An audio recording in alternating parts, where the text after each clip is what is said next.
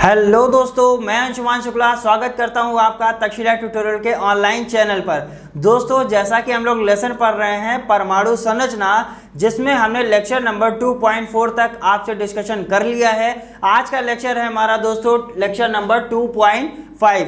दोस्तों, सारे लेक्चर जैसा कि आपको सबको पता होगा कि मेरे सारे लेक्चर आपके लिए क्या होते हैं, इंपॉर्टेंट होते हैं। कोई भी हम ऐसा टॉपिक डिस्कस नहीं करते हैं जो आपके लिए नॉन इम्पॉर्टेंट है। कोई भी नॉन इंपॉर्टेंट टॉपिक डिस्कस नहीं किया जाता है। जितने भी यहाँ पर लेक्चर आपको दिए जा रहे हैं, जितने भी आपको टॉपिक दिए जा रहे हैं, वो सारे के सारे टॉपिक, वो सारे के सारे लेक्चर आपके बहुत ही ज़्यादा इंपॉर्टेंट होते हैं। सो दोस्तों, किसी भी टॉपिक को स्किप करने से पहले आप उसकी इंपॉर्टेंस को समझ लीजिएगा, तभी आप उसको स्किप करिएगा, अन्यथा स्किप करने से आपका ही नुकसान होने वाला। सो दोस्तों, हम नहीं चाहते हैं कि किसी भी स्टूडेंट का कोई नुकसान हो, ताकि हम ऐसे टॉपिक को डिस्कस करते हैं जो आपके लिए बहुत ही ज़्यादा इंपॉर्टेंट है। दोस्तों, आज का लेक्चर स्टार्ट करते हैं और देखते हैं कुछ छोटे छोटे न्यूमेरिकल हैं जो आप एक लाइन में सॉल्व कर सकते हैं। उन न्यूमेरिकल में हमने लगभग कुछ न्यूमेरिकल पीछे लिख दिए हैं। सो उन न्यूमेरिकल को हम करेंगे और देखेंगे हमारा लेक्चर आज का क्या कहता है। आइए दोस्तों, स्टार्ट करते हैं। दोस्तों, दो न्यूमेरिकल हमने यहाँ पर लिखे हुए हैं जो बहुत ही आसान न्यूमेरिकल हैं। सबसे पहले अगर कोई इन न्यूमेरिकल को कर सकता है तो वीडियो को पॉज कर दीजिए, पहले आप न्यूमेरिकल को आसानी से कर लीजिए, फिर आप वीडियो को देखिएगा, तब देखिए कि आपका न्यूमेरिकल सही है या गलत है। अगर आपने न्यूमेरिकल अपने आप से कर लिया है तो कमेंट बॉक्स में हमको ज़रूर बताएंगे, सर मैंने अपने आप से कर लिया है। सो दोस्तों, न्यूमेरिकल स्टार्ट करते हैं और पढ़ने की कोशिश करते हैं आखिरकार न्यूमेरिकल में हमको क्या दिया गया है। दोस्तों, लिखा हुआ है एक तत्व के नाभिक में 17 प्रोटॉन और 18 न्यूट्रॉन है। यानी कोई तत्व है, तत्व के अंदर नाभिक है, तत्व में ही नाभिक होता है, हमने कई बार डिस्कस किया, पीछे भी लेक्चर में बताया हुआ है। तत्व होता है, ठीक है, और तत्व के अंदर क्या होते हैं, नाभिक होते हैं। तो वही लिखा हुआ है कि एक तत्व के नाभिक में 17 प्रोटॉन और 18 न्यूट्रॉन है, ठीक है। तो तत्व का परमाणु भार व परमाणु क्रमांक ज्ञात कीजिए। दोस्तों, परमाणु भार क्या होता है, परमाणु क्रमांक क्या होता है, ये सारी बातें हम डिस्कस कर चुके हैं। सो दोस्तों, जैसा कि सभी को पता है, प्रोटॉन को किससे रिप्रेजेंट करते हैं, P से रिप्रेजेंट करते हैं। न्यूट्रॉन को किससे रिप्रेजेंट करते हैं, N से रिप्रेजेंट करते हैं। इलेक्ट्रॉन को किससे रिप्रेजेंट करते हैं, E से रिप्रेजेंट करते हैं। सारी बातें हमको पता है। सो दोस्तों, हमको एक फॉर्मूला भी पता है, परमाणु भार का फॉर्मूला हमने आपको बताया था कि न्यूट्रॉनों की संख्या और प्रोटॉनों की संख्या को अगर जोड़ दिया जाए तो आपको क्या पता चल जाएगा, तत्व का परमाणु भार पता चल जाएगा। सो दोस्तों, स्टार्ट करते हैं और करने की कोशिश करते हैं। दोस्तों, जैसा कि हम जानते हैं दोस्तों, हम लोग क्या जानते हैं, परमाणु भार बराबर होता है न्यूट्रॉनों की संख्या यानी N प्लस P यानी प्रोटॉनों की संख्या। आपको दोस्तों प्रोटॉन की संख्या दे रखी है और न्यूट्रॉन की संख्या दे रखी है। आपसे पूछा क्या गया है, आपसे कहा गया आप परमाणु भार ज्ञात कीजिए। सो दोस्तों, न्यूट्रॉन की संख्या यहाँ रख दें और प्रोटॉन की संख्या यहाँ रख दें और इन दोनों को क्या कर दिया जाए, जोड़ दिया जाए, तो आपको क्या मिल जाएगा, परमाणु भार। चलिए दोस्तों, रखते हैं। न्यूट्रॉन आपको कितने दे रखे हैं, 18 न्यूट्रॉन दे रखे हैं और प्रोटॉन कितने दे रखे हैं, 17 प्रोटॉन दे रखे हैं। इन दोनों को जब आप जोड़ेंगे तो 8 7 15 का 5 और 1 1 2 और 1 3, यानी तत्व का परमाणु भार दोस्तों आपने कितना निकाल लिया, 35। कितना आया, 35। एक स्टेप आपने कर लिया, यानी तत्व का परमाणु भार तो आपने निकाल लिया। अब आपको क्या निकालना है, तत्व का परमाणु क्रमांक। दोस्तों, इसके बारे में भी हमने आपको बताया था कि जो तत्व का परमाणु क्रमांक होता है वो क्या होता है, तत्व के नाभिक में उपस्थित प्रोटॉनों की संख्या के बराबर होता है। परमाणु क्रमांक क्या होता है, किसी तत्व के नाभिक में उपस्थित प्रोटॉनों की संख्या के बराबर होता है, या आप ऐसा कर सकते हैं तत्व में उपस्थित इलेक्ट्रॉनों की संख्या के बराबर होता है। तो हमें पता है, फिर लिख लेंगे क्या दोस्तों, हम जानते हैं, हम विद्वान हैं, हम जानते हैं दोस्तों, क्या जानते हैं, परमाणु क्रमांक बराबर क्या होता है दोस्तों, हमें पता है किसके बराबर होता है, प्रोटॉनों की संख्या के बराबर होता है। प्रोटॉनों की संख्या के क्या होता है दोस्तों, बराबर होता है। अब प्रोटॉनों की संख्या यहाँ पर आपको कितनी दे रखी है, तो आप कहेंगे सर हमको प्रोटॉनों की संख्या दी गई है यहाँ पर 17, यानी परमाणु क्रमांक दोस्तों आपका कितना निकल के आ गया, परमाणु क्रमांक बराबर कितना आया, 17, और परमाणु भार कितना आ गया, 35, यानी परमाणु क्रमांक कितना होगा, तत्व का 17 होगा और परमाणु भार कितना होगा, 35 होगा। सो दोस्तों उम्मीद करते हैं ये न्यूमेरिकल कैसे किया गया या आपको आसानी से समझ में आ गया होगा। अब दोस्तों जैसा कि ये वाला न्यूमेरिकल किया है एज इट इज ये भी लगना है। अगर कोई ऐसा है जो ये लगा सकता है तो वीडियो को पॉज करेंगे और सबसे पहले न्यूमेरिकल को हम करने की कोशिश करेंगे। चलिए दोस्तों स्टार्ट करते हैं ये न्यूमेरिकल और देखते हैं इसको कैसे किया जाएगा।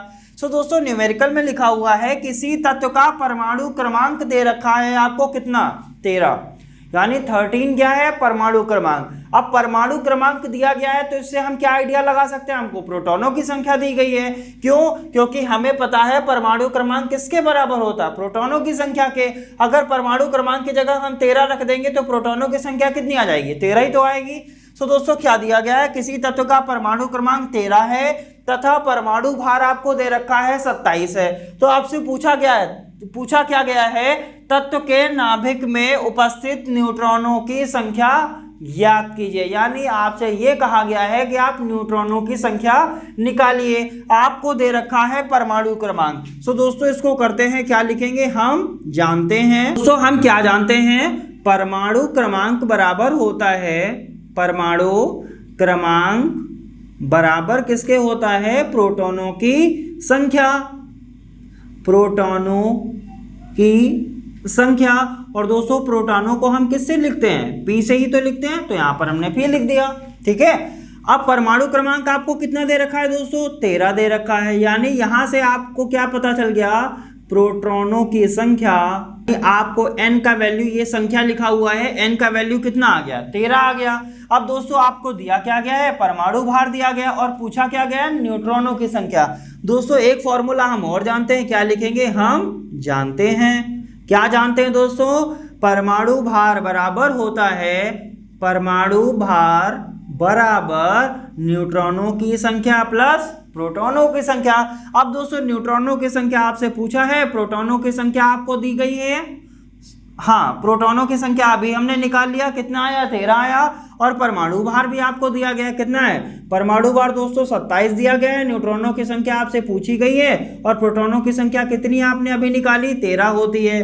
यहां से n उधर ही रखेंगे, 27 से क्या हो जाएगा, 13 माइनस करेंगे तो दोस्तों यहां से n बराबर कितना आ जाएगा, n बराबर आ जाएगा 14। यानी न्यूट्रॉनों की संख्या दोस्तों कितनी आ गई, 14। कैसे आई, क्योंकि हमको परमाणु क्रमांक दिया था, परमाणु भार दिया था, यहां से हमने दोस्तों क्या निकाल लिया कि न्यूट्रॉनों की संख्या कितनी आएंगे।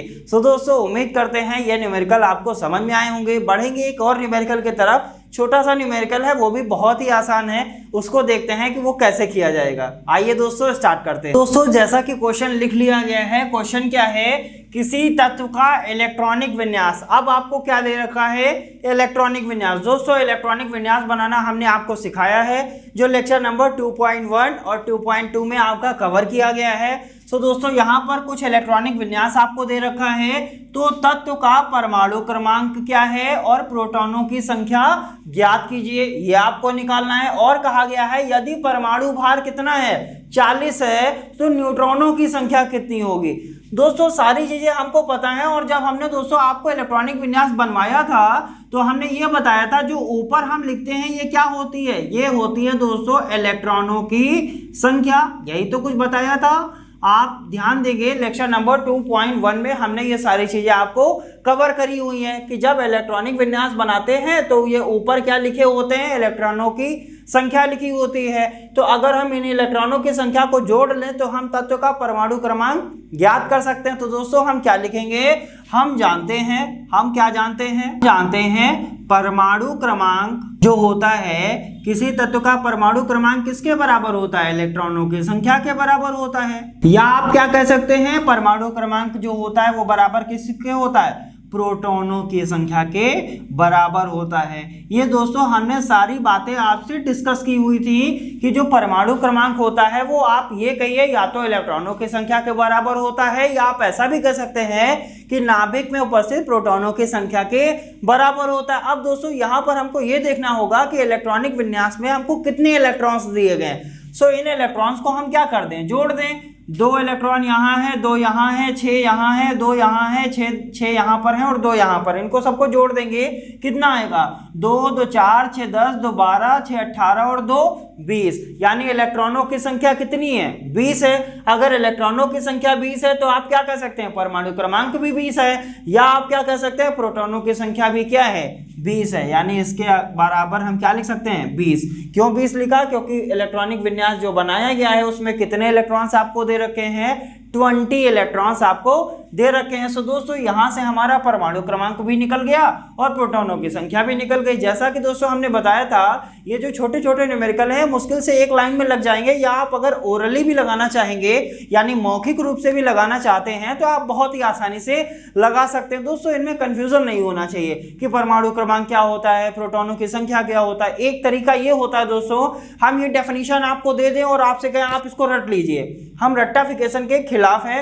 यानी रट्टाफिकेशन नहीं करना चाहिए, बल्कि आपको क्या करना चाहिए आपको चीजें समझ में आनी चाहिए। जितनी अच्छी तरीके से आपको समझ में आएगा और उतना ही अच्छा आपको एक्सपीरियंस होगा, उतना ही अच्छा एक्सपीरियंस होगा तो कोई भी न्यूमेरिकल होगा आप फटाफट से कर ले जाएंगे। सो दोस्तों जैसा कि हमने यहाँ पर परमाणु क्रमांक, इलेक्ट्रॉनों की संख्या या प्रोटॉनों की संख्या निकाल लिया, यानी एक तीर से हमने कितने निशाने कर दिए, यहाँ पर 3 निशाने कर दिए। कैसे, परमाणु क्रमांक भी पता चल गया, इलेक्ट्रॉनों की संख्या भी पता चल गई और प्रोटॉनों की संख्या भी पता चल गया।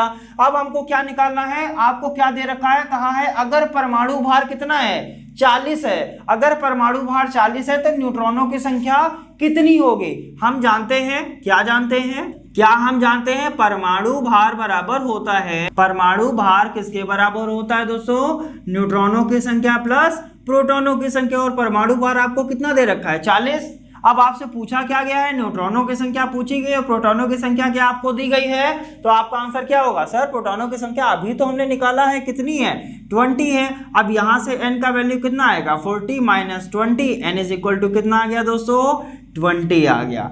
सो दोस्तों उम्मीद करते हैं यहाँ पर कैसे न्यूमेरिकल को किया जाएगा ये सारी बातें आपको आसानी से समझ में आ गई होंगी। सो दोस्तों जैसा कि हमने इलेक्ट्रॉन की खोज, प्रोटॉन की खोज, न्यूट्रॉन की खोज, नाभिक की खोज, ये सारी बातें कर ली हैं। अब दोस्तों हम कुछ सिद्धांतों की तरफ बढ़ेंगे और आज का लेक्चर हम अपने सिद्धांतों से भी स्टार्ट करेंगे। आइए दोस्तों देखते हैं आज के लेक्चर का हमारा पहला सिद्धांत क्या है। सो दोस्तों स्टार्ट करते हैं। तो दोस्तों आज का हमारा पहला सिद्धांत है थॉमसन का परमाणु मॉडल, यानी थॉमसन जी ने परमाणु का एक मॉडल बताया और इसको एक नाम और दिया गया दोस्तों, वो नाम क्या है तरबूज मॉडल। तरबूज नाम से सभी लोग परिचित हैं, तरबूज सबने खाया भी होगा और तरबूज में सबसे ज्यादा क्या होते हैं बीज होते हैं, जो तरबूज में कहीं पर भी क्या होते हैं धसे रहते हैं। सो इसी तरीके से एक थॉमसन जी ने एक सिद्धांत बताया या एक मॉडल प्रस्तुत किया। वो मॉडल क्या था आइए दोस्तों इसको देखते हैं। दोस्तों लिखा हुआ आप देख रहे हैं जे थॉमसन, यानी थॉमसन ये कौन है साइंटिस्ट हैं। जे थॉमसन के अनुसार इन्होंने क्या बताया, इन्होंने ये बताया कि परमाणु में इलेक्ट्रॉन तरबूज के बीजों की भांति धसे रहते हैं। यानी दोस्तों जो परमाणु में जो इलेक्ट्रॉन्स होते हैं सभी को पता है परमाणु के अंदर क्या होते हैं, इलेक्ट्रॉन होता है, प्रोटॉन होता है, न्यूट्रॉन होता है। प्रोटॉन और न्यूट्रॉन कहाँ होते हैं, नाभिक के अंदर होते हैं। और इलेक्ट्रॉन्स कहाँ होते हैं, नाभिक के बाहर क्या करते हैं, चक्कर लगाते रहते हैं। ये सारी बातें आपको पता है क्योंकि ये सारी बातें हमने डिस्कस करी हुई है। तो दोस्तों यहाँ पर लिखा हुआ है कि परमाणु में जो इलेक्ट्रॉन होते हैं, ये हमें पता है कि परमाणु में जो इलेक्ट्रॉन होते हैं वो कैसे होते हैं, तरबूज के बीजों की भांति धसे रहते हैं। जैसे तरबूज में बीजे धसे रहते हैं, तरबूज के जो बीज होते हैं वो हर जगह पर उसमें क्या रहते हैं धसे रहते हैं, उसी तरीके से परमाणु के अंदर जो इलेक्ट्रॉन होते हैं वो क्या होते हैं दोस्तों, वो भी धसे रहते हैं। अब दोस्तों क्यों धसे रहेंगे, सिंपल सा क्वेश्चन आता है क्यों धसे रहेंगे। सभी को पता है जो नाभिक के अंदर प्रोटॉन होते हैं वो कैसे होते हैं, पॉजिटिव होते हैं। सभी को पता है कि प्रोटॉन कैसा होता है, धनावेशित कण होता है, हमने लिखवाया भी है। और इलेक्ट्रॉन कैसा होता है, ऋणावेशित कण होता है। और पॉजिटिव और निगेटिव एक दूसरे को क्या करते हैं, अट्रैक्ट करते हैं। ये भी आपने लोअर क्लासेस में पढ़ा होगा कि धनावेशित आयन ऋणावेशित आयन को आकर्षित करता है। और हम आपसे कहें कि धनावेशित आयन है और धनावेशित आयन है, इनको आप एक पास लेके आइए तो ये आकर्षित करेंगे कि प्रतिकर्षित करेंगे, तो आप क्या कहेंगे सर, ये रिपेल करेंगे। यानी जब समान आयन होते हैं तो प्रतिकर्षण होता है और जब विपरीत आयन होते हैं तब आकर्षण होता है। और विपरीत आयन का मतलब एक पॉजिटिव आप लीजिए एक निगेटिव लीजिए। अब नाभिक में क्या है, पॉजिटिव आयन है, ठीक है।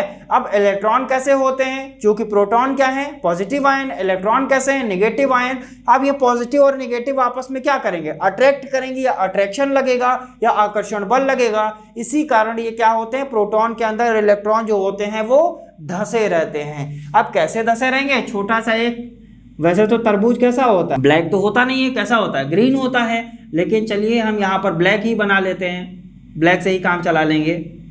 तो दोस्तों जैसा कि हमने यहाँ पर, वैसे तो ये तरबूज बना नहीं है, लेकिन फिर भी मान सकते हैं ये क्या बना हुआ है, तरबूज बना हुआ है, ठीक है दोस्तों। तो ये क्या हमने बना लिया, यहाँ पर तरबूज बना लिया। अब तरबूज कैसा है, हमने मान लिया एक तरबूज को बीच से काट दिया। जब तरबूज को बीज से काटा तो आप देखे रहते हैं कि आप इसी तरीके से देखते हैं उसमें क्या होते हैं, बीज धसे होते हैं। सपोज कर लेते हैं, अब इस तरबूज को तरबूज तो मानेंगे नहीं क्योंकि केमिस्ट्री पढ़ रहे हैं। अगर हम कोई और क्लास पढ़ रहे होते तो उसको तरबूज मान लेते, आलू मान लेते, केला मान लेते, कुछ भी मान लेते, A to Z हम कुछ भी मान सकते हैं। लेकिन हम केमिस्ट्री की बात कर रहे हैं तो केमिस्ट्री में हम क्या पढ़ते हैं, अणु पढ़ते हैं, परमाणु पढ़ते हैं, यही सारी बातें पढ़ते हैं, इलेक्ट्रॉन पढ़ते हैं, न्यूट्रॉन, प्रोटॉन, ये सारी चीजें क्या होती हैं, इन्हीं चीजों का हम डिस्कशन करते हैं। सो दोस्तों इसको तरबूज तो नहीं मानेंगे, लेकिन हाँ सपोज कर लेते हैं ये एक तरबूज है। अगर तरबूज है तो ये क्या होगा, परमाणु होगा, मान लेते हैं ये क्या है, परमाणु है। और टॉमसन जी ने यही तो बताया था कि परमाणु में जो इलेक्ट्रॉन होते हैं वो तरबूज के बीजों की भांति धसे रहते हैं। अब ये जो बीज टाइप के हैं ये आपके क्या प्रदर्शित कर रहे हैं, ये हैं क्या, इलेक्ट्रॉन है। दोस्तों जैसा कि आपको टॉमसन का परमाणु मॉडल आसानी से समझ में आ गया होगा, दोस्तों परेशान होने की जरूरत नहीं है। जो भी चीजें हम यहाँ पर आपको समझा रहे हैं, टॉमसन के परमाणु मॉडल को हमने यहाँ पर सिंगल लाइन में एक्सप्लेन किया हुआ है और इस चीज को हमने अच्छे से समझा भी दिया है। और दोस्तों इसका फुल एक्सप्लेनेशन आपको नोट्स में मिल जाएगा। और वो नोट्स दोस्तों आपको कैसे मिलेंगे, डिस्क्रिप्शन बॉक्स में नीचे लिंक दिया हुआ है, उस लिंक पर आप क्लिक करेंगे और वहां से आपको नोट्स की पीडीएफ डाउनलोड हो जाएगी। अगर दोस्तों पीडीएफ डाउनलोड करने में कोई प्रॉब्लम आ रही है तो हमारे कॉन्टैक्ट नंबर पर आप कॉन्टैक्ट भी कर सकते हैं और हमसे डिस्कशन भी कर सकते हैं। सो दोस्तों जैसा कि हमने ये देखा कि टॉमसन का परमाणु मॉडल क्या होता है, इसका फुल एक्सप्लेनेशन दोस्तों कहाँ मिलने वाला है, नोट्स में मिलने वाला है। सो दोस्तों बढ़ेंगे आगे की तरफ और देखते हैं हमारा अगला सिद्धांत या अगला टॉपिक कौन सा होगा। आइए दोस्तों देखते हैं। तो दोस्तों जैसा कि हमने अभी देखा कि टॉमसन का परमाणु मॉडल क्या होता है, सो टॉमसन जी ने जो परमाणु मॉडल प्रस्तुत किया था, जैसा सभी को पता है कि कोई भी चीज होती है तो उसमें कुछ गुण होते हैं और कुछ दोष भी होते हैं। इसी तरीके से टॉमसन के जो परमाणु मॉडल था उसमें भी कुछ दोष पाए गए। जो आपके टॉमसन जी थे वो दूर नहीं कर पाए। वो दोष क्या थे उसके बारे में दोस्तों हम डिस्कस करेंगे। यहाँ पर हमने लिख लिया है टॉमसन के परमाणु मॉडल के दोष, यानी ये जो मॉडल टॉमसन जी ने बताया था इसमें भी कुछ दोष पाए गए। वो दोष क्या है दोस्तों, पहला दोष ये है कि टॉमसन का परमाणु मॉडल इलेक्ट्रॉनों के स्पेक्ट्रम की व्याख्या करने में असफल रहा।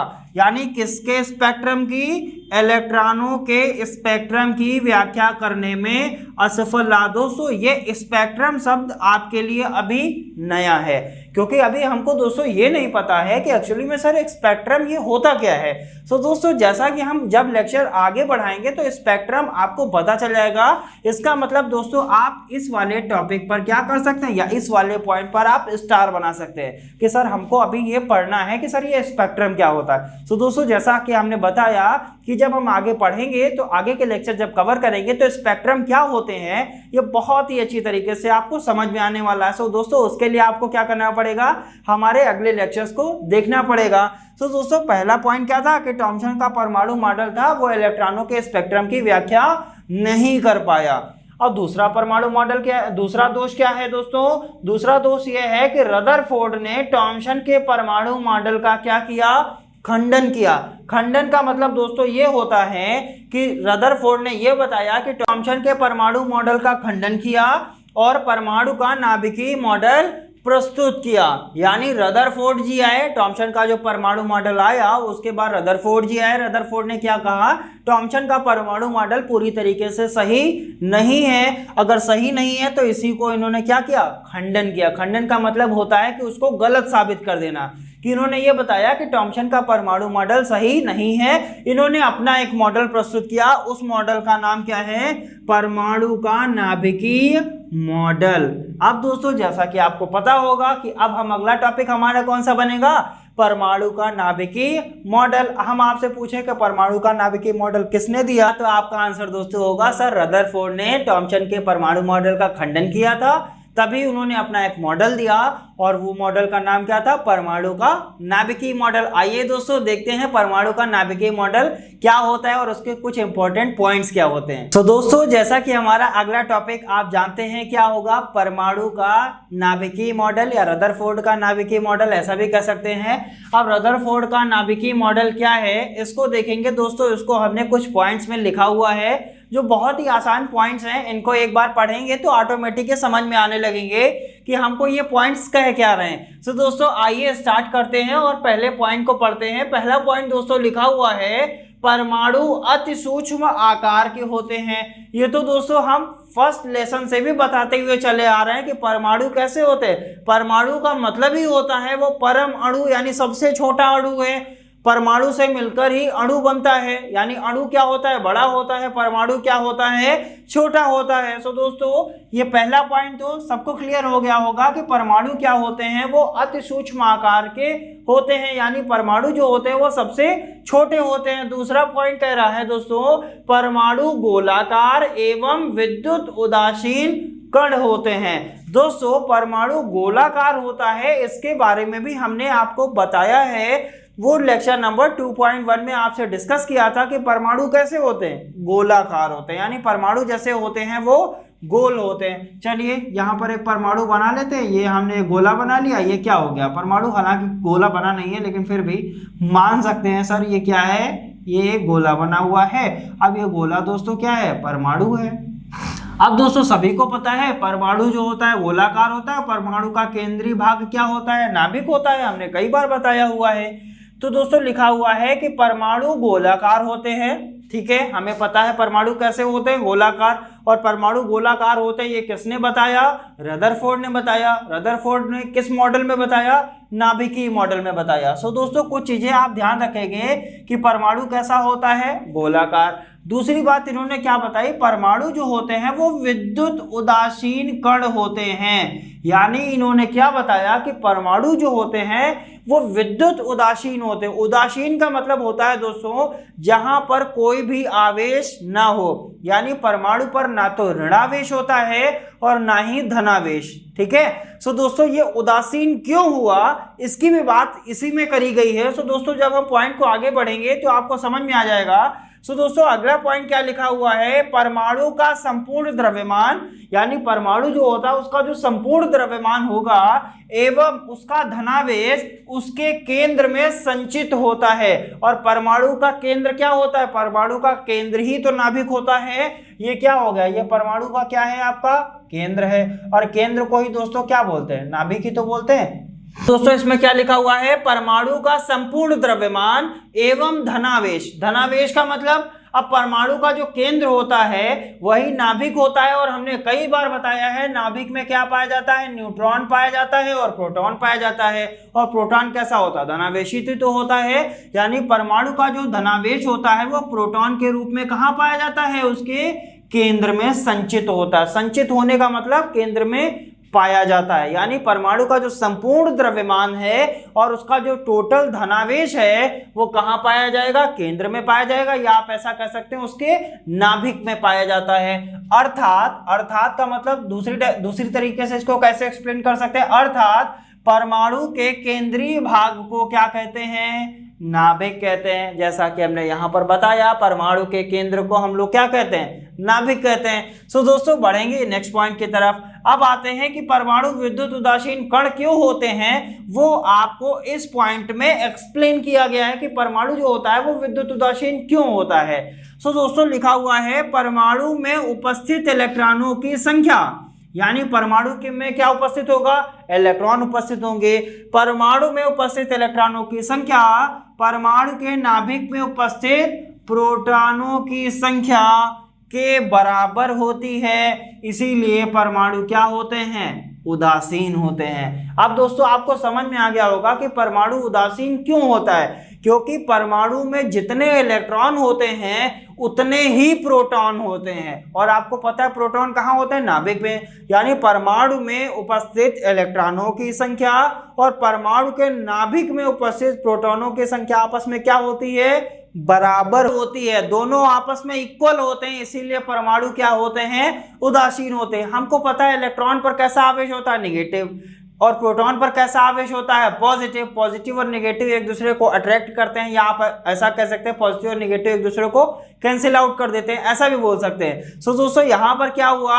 अब क्या हुआ कि परमाणु में जितने भी प्रोटॉन हैं और परमाणु में जितने भी इलेक्ट्रॉन हैं वो सब आपस में क्या है? बराबर हैं, इसीलिए परमाणु क्या है? उदासीन कण है। तो दोस्तों उम्मीद करते हैं ये वाला पॉइंट, ये वाला पॉइंट और ये वाला पॉइंट आपको समझ में आ गया होगा। बढ़ेंगे नेक्स्ट पॉइंट की तरफ। नेक्स्ट पॉइंट कहता है परमाणु में नाभिक के बाहर इलेक्ट्रॉन विभिन्न कक्षाओं में चक्कर लगाते हैं। कई बार बताया हुआ है कि परमाणु क्या करते हैं? नाभिक के बाहर चक्कर लगाते हैं। कहाँ चक्कर लगाते हैं? विभिन्न कक्षाओं में। कक्षाओं का मतलब होता है कई कोश में चक्कर लगाते हैं। ठीक है, कई प्रकार की कोश होती हैं, जैसे हमको पता है कोश कौन कौन सी होती है, कौन कौन सी कक्षा होती हैं। ऐसा भी बोल सकते हैं कक्षा होती के, एल, एम और एन। ये सारी बातें आपने दोस्तों पढ़ी हुई हैं। यानी परमाणु के नाभिक के बाहर इलेक्ट्रॉन क्या होते हैं? विभिन्न कक्षाओं में चक्कर लगाते हैं। यानी यहाँ पर मान लेते हैं कई सारी कक्षाएं होंगी, इनमें इलेक्ट्रॉन क्या करते हैं? चक्कर लगाते हैं। मान लेते हैं ये पहली कक्षा के है, ये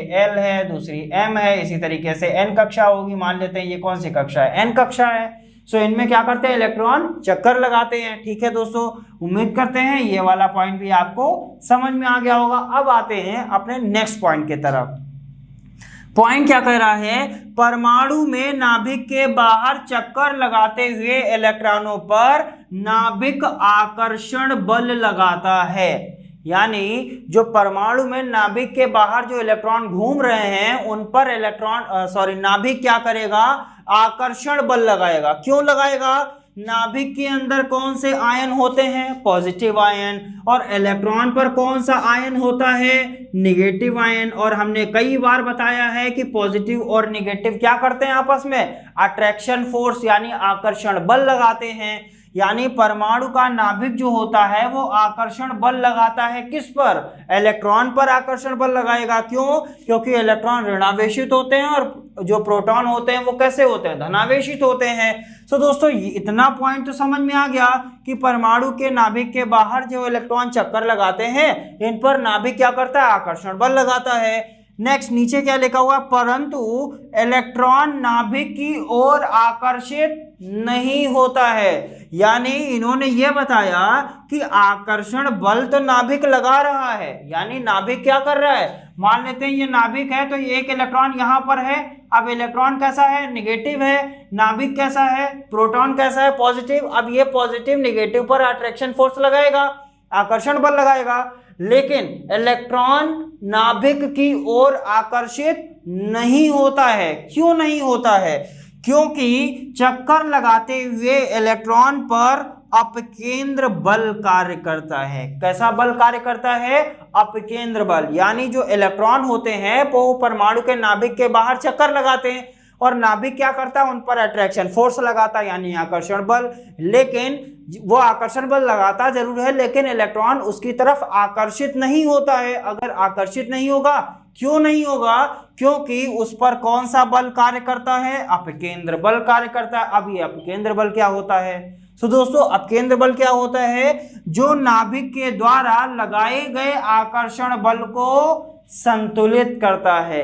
यानी जितना अट्रैक्शन फोर्स लगाया जा रहा है उतना ही बल बाहर की तरफ लगेगा।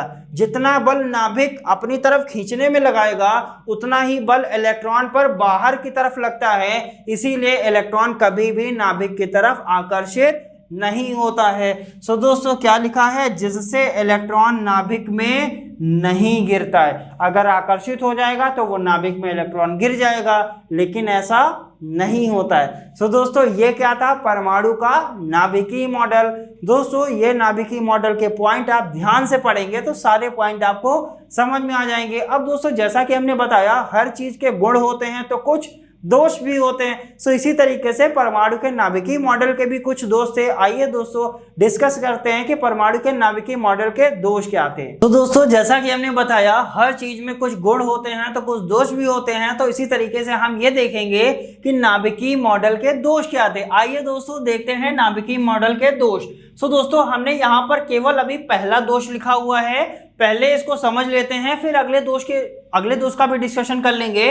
पहला दोष दोस्तों क्या लिखा हुआ है, लिखा है रदरफोर्ड का नाभिकीय मॉडल परमाणु के स्थायित्व की व्याख्या करने में असफल रहा। यानी जो नाभिकीय मॉडल था वो किसके स्थायित्व की व्याख्या नहीं कर पाया, तो आप क्या कहेंगे, परमाणु के स्थायित्व की व्याख्या नहीं कर पाया। यानी ये बताने में ये असफल रहा कि परमाणु स्थायी है कि नहीं है। अब आते हैं कि क्यों ये असफल रहा, इसके पीछे तथ्य क्या था, कैसे बताया गया कि ये जो रदरफोर्ड का परमाणु मॉडल है वो इस चीज को बताने में असफल रहा। सो दोस्तों इसका एक्सप्लेनेशन आपको ये दिया गया कि इलेक्ट्रोडायनेमिक्स के अनुसार, यानी जो इलेक्ट्रोडायनेमिक्स होती है वो क्या कहती है, वो कहती है जब कोई आवेशित कण गतिशील होता है तो वह निरंतर ऊर्जा का उत्सर्जन करता है, जिससे ऊर्जा का मान धीरे धीरे कम होता रहता है। यानी इलेक्ट्रोडायनेमिक्स ने यह बताया कि कोई गतिशील कण है, लेकिन अगर वो आवेशित है तो अगर वो निरंतर क्या कर रहा है, गतिशील है या गति कर रहा है, तो उसकी ऊर्जा धीरे धीरे क्या होती रहेगी, कम होती रहेगी। ये कौन बताता है, इलेक्ट्रोडायनेमिक्स।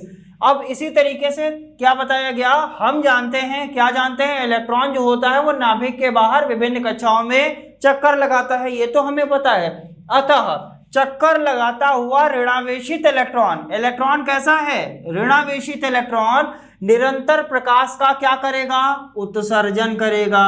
और उत्सर्जन कैसे कर रहा है, निरंतर उत्सर्जन कर रहा है। जब कोई भी चीज निरंतर आप उत्सर्जित कर रहे हैं तो वो क्या होगी, धीरे धीरे कम होगी, जिससे उसकी ऊर्जा धीरे धीरे क्या हो जाती है, कम होती जाएगी और अंत में इलेक्ट्रॉन नाभिक में गिर जाएगा। क्या बताया गया, अंत में इलेक्ट्रॉन नाभिक में गिर जाएगा, परंतु ऐसा संभव नहीं है।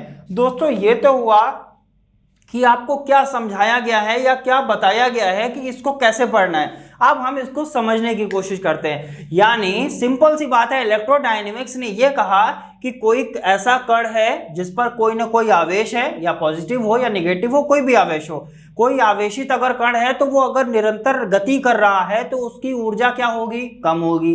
ठीक है, सो इसी तरीके से हमको क्या पता चला, सर हमको ये पता चला ये परमाणु होता है, ये होता है नाभिक, नाभिक के बाहर इलेक्ट्रॉन क्या करते हैं, गति करते हैं। अब ये इलेक्ट्रॉन अगर गति कर रहा है, लगातार गति कर रहा है, तो जब इसकी ऊर्जा धीरे धीरे क्या हो जाएगी, कम हो जाएगी। जब ऊर्जा धीरे धीरे कम होती जाती है तो इसकी गति क्या हो जाती है, धीरे धीरे कम होती जाएगी।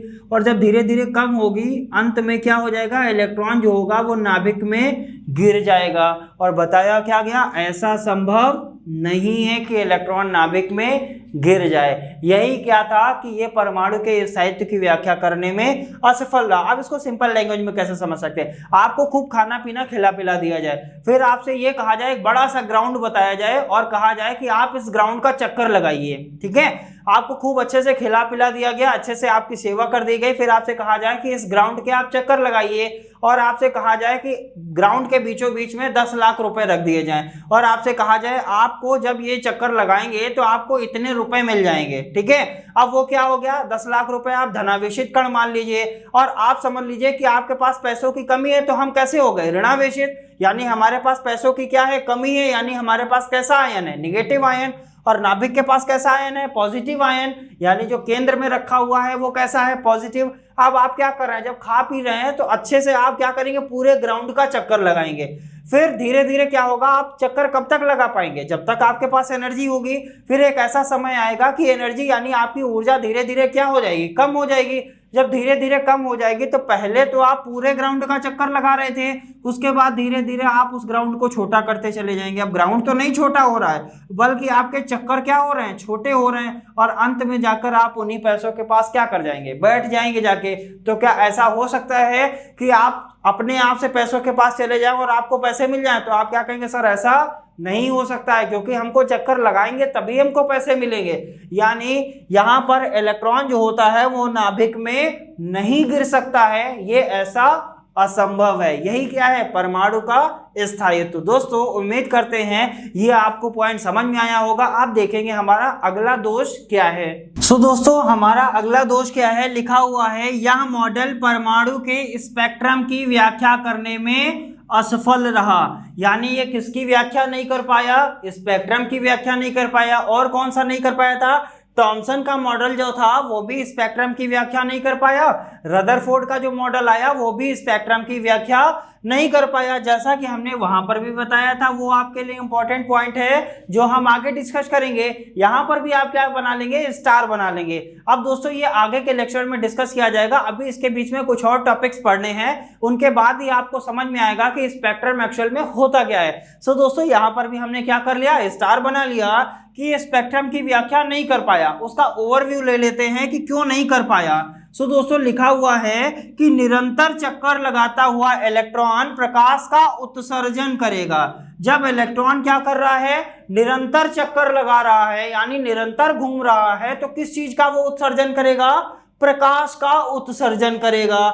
जिससे यह निष्कर्ष निकलता है कि स्पेक्ट्रम में निश्चित आवृत्ति की रेखाएं नहीं होनी चाहिए। यानी जब वो निरंतर चक्कर लगाएगा तो ये पता चला कि स्पेक्ट्रम में निश्चित आवृत्ति की रेखाएं नहीं होनी चाहिए, परंतु स्पेक्ट्रम में निश्चित आवृत्ति की कई रेखाएं होती हैं। यानी स्पेक्ट्रम में निश्चित आवृत्ति की रेखाएं नहीं होनी चाहिए, लेकिन होता क्या है एक्चुअल में, स्पेक्ट्रम में निश्चित आवृत्ति की कई सारी रेखाएं होती हैं।